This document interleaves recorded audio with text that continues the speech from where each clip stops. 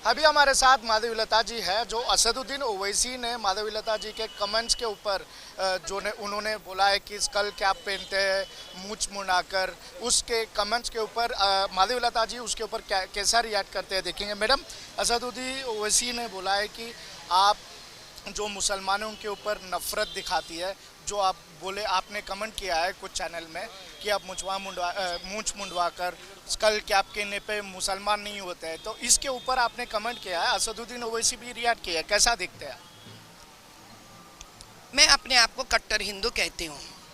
मैं रुद्राक्ष पहनती हूँ, भस्म चढ़ाती हूँ, इसलिए जानती हूँ कि दूसरे मजहब के बारे में गलत बात नहीं करना, इसीलिए जानती हूँ दूसरे मजहब के औरत का मर्यादा करना, इसीलिए मैं जानती हूँ कि मदरसाओं को भी मदद मिलना। अब मैं ही वही उम्मीद तो एक कट्टर मुसलमान से उम्मीद करती हूँ ना भैया, वही तो मैं सोचती हूँ एक कट्टर मुसलमान भी बात करना। अब वो कट्टर मुसलमान कौन है? जो टोपी पहनते हैं, मूंछ मुंडवाते हैं, जो कट्टर मुसलमान है। अब ये कट्टर मुसलमान हमारे राम लल्ला के बारे में गलत बात करते हैं, यही कट्टर मुसलमान हमारे रामचंद्र जी के माता जी के बारे में, कौशल्या जी के बारे में गलत बात करते हैं। यही कट्टर मुसलमान बतकम्मा के बारे में, हमारे औरतों को जो जिल्लत करे, जो उनके जीवन पर उन्होंने जिस प्रकार से रजाकारों ने जो किए उनके ऊपर, उसके बारे में मजाक उड़ाते हैं बतकम्मा के नाम पर। यही कट्टर मुसलमान खुद के कौम की औरतों को इंस्टेंट ट्रिपल तलाक देने नहीं देते, दिलवाने नहीं चाहते। यही कट्टर मुसलमान यूसीसी के दौरान अपने गरीब मुसलमान औरतों को मैके में लड़कों के बराबर का हिस्सा देने नहीं देते हैं। क्या ऐसा होता है कट्टर मुसलमान? अब मैं कहूंगी ये मुसलमानों के खिलाफ द्वेष है बोलकर बोल रहे हैं। वही तो कह रही हूँ ना कि द्वेष कहाँ से है हमको मुसलमानों से? अगर आप कट्टर मुसलमान हो तो सब मजहब को प्यार करना सीखते थे तुम। किसी कुरान में कोई मोहम्मद प्रॉफिट साहब नहीं करे दूसरे मजहब को आप प्यार मत करो, जिल्लत करो, दूसरे भगवानों के बारे में ऐसे जो मुंह में आए बको। जैसे हमारा हिंदू में भी हमको ये कभी नहीं सिखाया गया है दूसरे मजहब के बारे में गलत बात करने के लिए। अरे भाई, हम काली मंदिर के सामने ठहरे हुए, हम बोलेंगे अल्लाह अकबर, हम बोलेंगे जय जीसस, हम बोलेंगे सरदार जी के अपने गुरुद्वारा गुरु ग्रंथ साहब को नमन करते हैं। तुम बोलो भाई जय बोलो राम लल्ला का, बोलो तुम जय बोलो सियावर रामचंद्र का, बोलो तुम। एक कट्टर हिंदू वो है जो देश को सबके साथ, सबके विकास, सबका साथ जाने के लिए बारे में बात करता है, ऐसा देश को बांटता नहीं। इसीलिए मैं कहती हूँ आपका जो पहनने का ढंग हो सकता है कट्टर मुसलमान, लेकिन आप सही मायने में कुरान के हिसाब से कट्टर मुसलमान नहीं हो। अगर आप कट्टर मुसलमान होते ना, देश का बंटवारा नहीं करोगे, आप देश को साथ लेके चलोगे, हिंदू और मुसलमानों में भाईचारा लेके आओगे।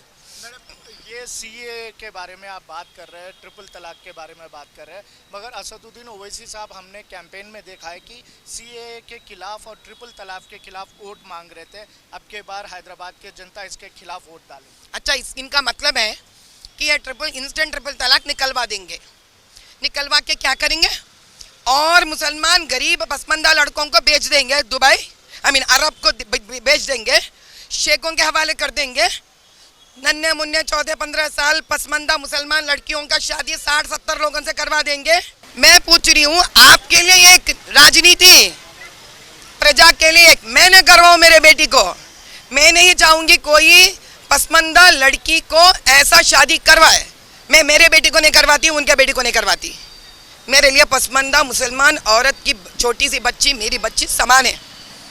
तो आपके लिए नहीं है? एक ही लड़के का जो भी हो जाए, एक बंदा है शादी कर लिए, ट्रिपल तलाक बोल दिए, छोड़ के चले गए, दूसरे आए, मंजूर है आपको ये 20, 25, 10 हज़ार के लिए? तो आपका इरादा क्या है साहब कि पसमंदे और मुसलमान औरत के घर में कोई नहीं पढ़ना, कोई अच्छे घरों के लड़कों से शादी नहीं करना, ये लोग गरीबी में दलदल में ऐसी रह जाना, रिक्शा वाला रह जाना, टायर पंचर मारने वाला टायर पंचर वाला रह जाना, बटन सीने बच्चा बटन सीते हुए ऐसी हो जाना, कोई डॉक्टर नहीं बनना। अच्छा, मैं आपसे एक पूछती हूँ, आप पूरे हिंदू परिवारों को देखिए, पूरे मुसलमान परिवारों को ले हमें सनातन धर्म हम यही से लिए कहते हैं क्योंकि हमारे यहाँ सभी तरक्की करना है, ये मानते हैं हम लोग। हमारे यहाँ लड़कियों को पढ़ाते हैं, लड़कों को पढ़ाते हैं, गरीब लोग हैं तो उन भी आगे बढ़कर पढ़ाते हैं क्योंकि इतना सहूलत सभी को मिलता है।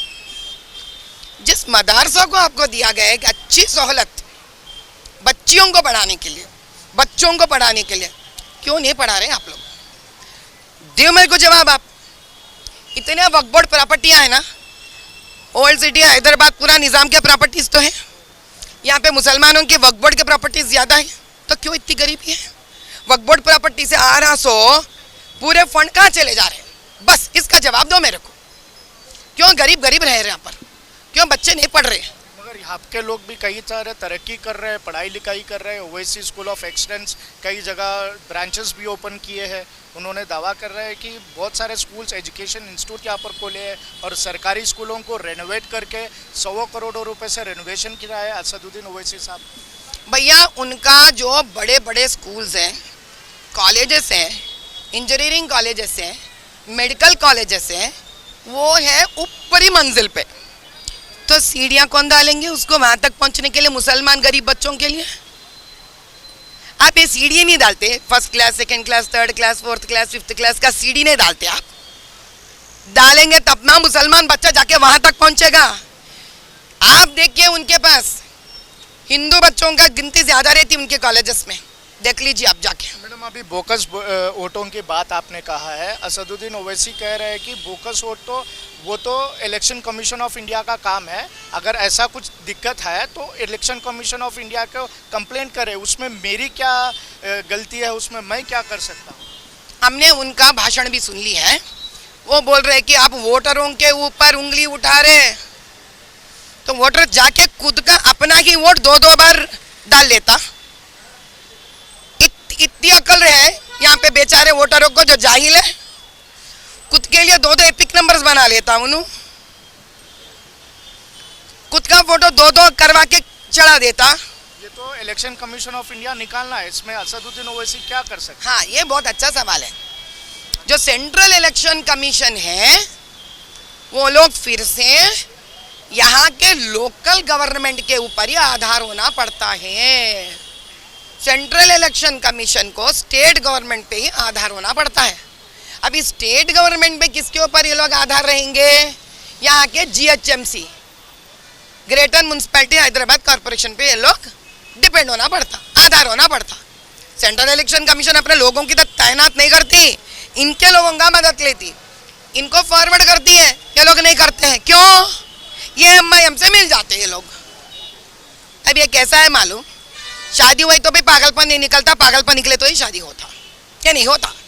ये आखिरी सवाल है मैडम, असदुद्दीन ओवैसी साहब बोले कि हमारे साथ कोई भी अलायंस नहीं है कांग्रेस से या कोई भी पार्टी से, वो बोले कि बल्कि यूपी में दूसरे लोगों से है, तमिलनाडु में AIDMK से है या से, मगर हैदराबाद तेलंगाना में किसी कांग्रेस पार्टी हो चाहे कोई भी पार्टी से अलायंस नहीं है। इसके ऊपर आपका क्या कहना? अरे देखेंगे भाई, कांग्रेस किसको उतारते हैं उम्मीदवार देखेंगे तब पता चल जाता कौन किसके दोस्त है, भाई है, देख लेंगे। सस्पेंड रखना चाह रहे ना, देख लेंगे हम भी। जितने भी बातें कर रहे ना अपने असदुद्दीन भाई इधर, जरा कांग्रेस के तो उम्मीदवार को आने दीजिए। लोग अब इतने पागल नहीं है साहब, सबके आंख खुल गए या जान गए लोग। आने तो कांग्रेस के उम्मीदवार को तब दूंगी जवाब में, देख लेंगे। ये है माधवी लता जी का कहना। आगे खबरों के लिए देखते रहिए न्यूज़ नेशन। मैं हूँ राजकिरण बतुला, कैमरा पर्सन सूर्या के साथ हैदराबाद से।